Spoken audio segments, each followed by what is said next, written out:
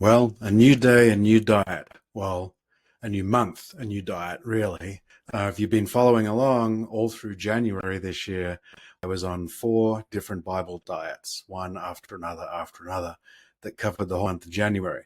I got to the end of January and I thought, what am I going to do now? And I spent several days assessing the four diets, and then I realized there was one that I haven't tried yet. And it's not that it's one that's recorded anywhere, but there was a moment in history where things really changed for the diet of man, and that's when meat was introduced. And just by chance, perhaps, or by design, some way, I'm assuming, wine was also introduced. And so this was Noah getting off the ark and starting to be a farmer and growing a vineyard. But God also said, you can now eat, all of these animals are into your hands and you have them for food. Now, of course, Noah knew already which were the clean animals and the unclean animals, because God delineated those previously when he said, bring certain animals onto the ark. And so for the first time in 2,300 years, roughly, man was given permission to start eating meat.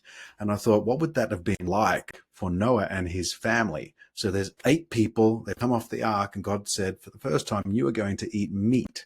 And I thought, wow, it's like, well, the carnivores love this, of course, but of course the carnivores say only eat the meat, but then dump all the other stuff. Now, God didn't say to dump all the other food. God made it for us. And so I wanted to try a diet where meat was introduced and it was the focal point of the diet. So in that sense, it's very carnivore-ish, just not totally carnivore. So this is my first day reporting. So yesterday I ate what I'm going to try to follow along to be the Noah diet, is what I'm going to call it, for want of anything else. It's just a way to identify who it was and when it was that was doing this. So what I did yesterday was I actually only had one meal for the whole day. In the evening, I roasted 2 lamb shanks, and I just rubbed them with oil and some herbs and put them into the oven for about an hour and hour 45 minutes on low heat, about 300 degrees. That's it. That's all I needed to do to prepare it. I only ate one of the shanks at dinner time. It was just, it tasted amazing. Gave thanks to the Lord for this meat. It's like, hey, Lord, it's the first time I'm symbolizing the first time eating meat, and it's amazing. And I give thanks to you for that, because the body needed the protein, because we'd lost the air pressure after the flood and we'd lost the extra oxygen after the flood. So our body needed more protein to be able to repair and build muscle in our bodies. We didn't have that healing anymore. And so we had to mimic that. And also the wine came into play as well, with a caution. Of course, Noah drank it for the first time, got drunk.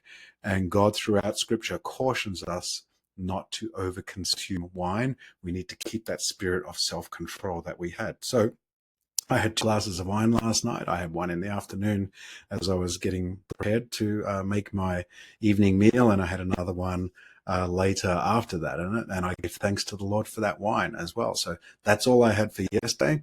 What were my results on the scale? It's not a big deal for the first day. I'm not too worried about it. I want to get a few days back to back to back to get some consistency happening, to see what's happening. But I did drop 2 pounds on the scale. Not sure why that was. Was it because I only ate one meal? Was it because there were no bulky foods, like foods with carbohydrates in them that usually fill the body up?